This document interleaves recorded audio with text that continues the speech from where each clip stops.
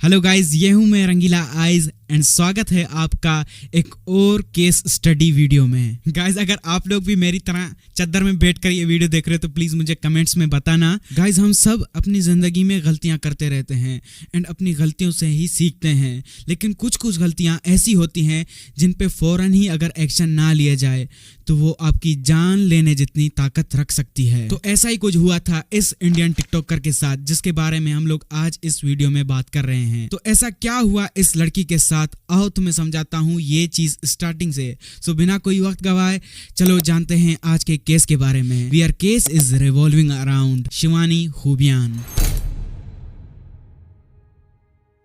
Shivani was born in India's city Sonipat in 1999। Shivani अपने माँ बाप और अपनी बहनों के साथ रहती थी एंड ये केस उस वक्त का है जब इंडिया एंड पाकिस्तान में टिकटॉक बहुत ही ज़्यादा फेमस था।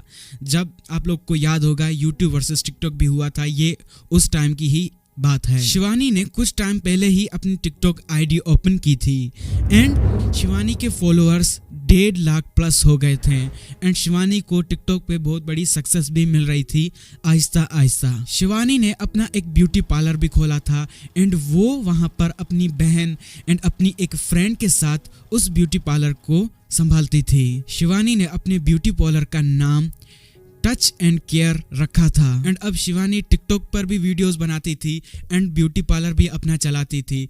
इस दौरान उसका बाहर आना जाना लगा रहता था। तो इस दौरान उसके पड़ोसी का एक लड़का आरिफ नाम का शिवानी को देख लेता है एंड वो शिवानी के पीछे बिल्कुल पड़ जाता है। वो उसको पता नहीं शिवानी का कहाँ से नंबर मिल जाता है एंड वो शिवानी को मैसेजेस करता रहता था एंड शिवानी जब भी उसे बाहर दिखती थी तो उसे कहता था मुझे तुम अच्छी लगती हो। मतलब शिवानी को बहुत ही ज़्यादा वो जो है फ्लर्ट करता रहता था शिवानी के साथ, लेकिन शिवानी उसे बिल्कुल ही इग्नोर कर रही थी। वो उससे बिल्कुल भी मुंह नहीं लगाती थी, जस्ट उससे दूर ही रहती थी। लेकिन फिर भी आरिफ शिवानी के पीछे पागलों की तरह पड़ा रहता था एंड इसके बाद शिवानी ने उसको ब्लॉक भी कर दिया था एंड वो उससे बिल्कुल भी बात नहीं करती थी एंड फिर भी आरिफ शिवानी को बहुत ही ज्यादा तंग करता था। ये बात उस वक्त इतनी बढ़ गई थी कि शिवानी के मॉम डैड को भी इसके बारे में पता चल गया था एंड इसके बाद शिवानी के डैड ने पुलिस कंप्लेंट की थी आरिफ के खिलाफ एंड इसके बाद पुलिस ने आरिफ को पकड़ा भी एंड आरिफ से माफी भी मंगवाई एंड आरिफ ने कहा कि वो इसके बाद बिल्कुल भी अब शिवानी को तंग नहीं करेगा। लेकिन कुछ वक्त और गुजरा, फिर से आरिफ ने शिवानी को तंग करना शुरू कर दिया एंड अब ये लोग इतने तंग हो गए कि वो पुलिस कंप्लेंट करने की बजाय अपना वो घर ही छोड़ दिया उन्होंने एंड एक दूसरे घर में जाकर शिफ्ट हो गए एंड रहने लगे। लेकिन बदकिस्मती से आरिफ को उनके उस घर का भी पता मिल गया एंड शिवानी के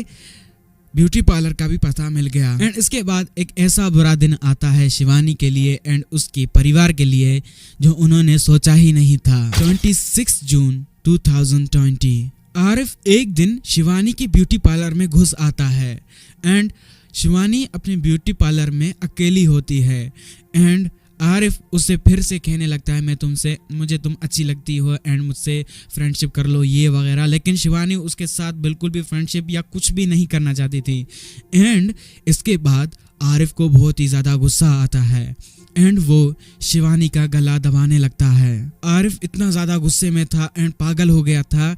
वो शिवानी के गले को इतना दबाता है, शिवानी की वहीं पर डेथ हो जाती है एंड जैसे ही शिवानी की डेथ होती है कुछ पल में, इसके बाद आरिफ को रियलाइज होता है कि उसने ये क्या कर दिया एंड इसके बाद आरिफ ब्यूटी पार्लर के पिछले हिस्से में एक बेड के नीचे एक बॉक्स होता है, वो शिवानी की बॉडी को उस बॉक्स में डालता है एंड उसका फोन लेकर अपने घर चला जाता है। आरिफ की ये बेवकूफ़ी थी या क्या था वो मुझे नहीं पता।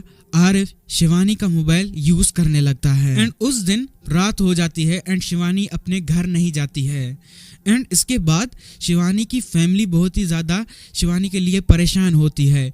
उसकी सिस्टर शिवानी के फ़ोन पे कॉल करती है कि मैं बात करूं शिवानी से कि वो कहाँ है, आज घर क्यों नहीं आई। लेकिन शिवानी का फ़ोन तो आरिफ के पास था।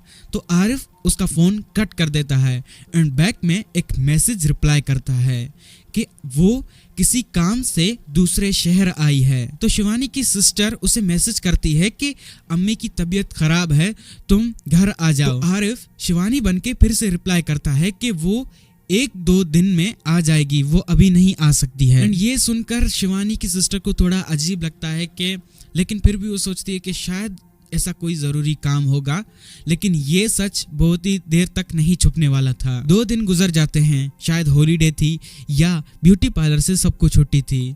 शिवानी की वो जो पार्टनर जो मैंने स्टार्टिंग में आपको बताया था शिवानी के साथ काम करती थी, उसकी बिजनेस पार्टनर थी एंड शिवानी की सिस्टर एंड शिवानी, ये तीनों लोग ब्यूटी पार्लर को चलाते थे। शिवानी की वो फ्रेंड ब्यूटी पार्लर पे आती है एंड उसे एक अजीब तरीके की बदबू ब्यूटी पार्लर से आती है एंड वो जब देखती है कि वो बदबू एक बॉक्स से आ रही होती है एंड वो जैसे ही उस बॉक्स को खोलती है तो उसके अंदर शिवानी की बॉडी होती है एंड ये देख के उसकी फ्रेंड बहुत ही ज़्यादा चौंक जाती है एंड तुम समझ जाओ। एंड इसके बाद पुलिस को इन्फो किया जाता है, पुलिस भी वहाँ पर आ जाती है एंड पुलिस शिवानी की बॉडी को निकालती है। जिसके बाद शिवानी की फैमिली के ऊपर क्या ही बीता होगा वो तो आप लोग जान ही सकते हो।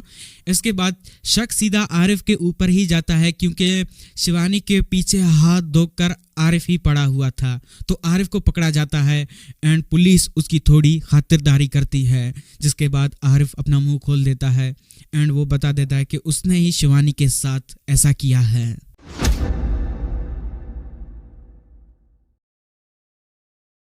So guys, this is today's case and today's video. I hope you like my video and I hope you subscribe my channel क्योंकि इन वीडियोस को बनाने में बहुत ही ज़्यादा मेहनत लगती है, बहुत ही ज़्यादा रिसर्च लगती है। तो आपका एक सब्सक्राइब एंड आपका एक लाइक मुझे बहुत ही ज़्यादा हैप्पी कर सकता है एंड मोटिवेट कर सकता है आगे और वीडियोस बनाने के लिए। तो आई होप कि तुम लोग ये चीज़ बिल्कुल करोगे।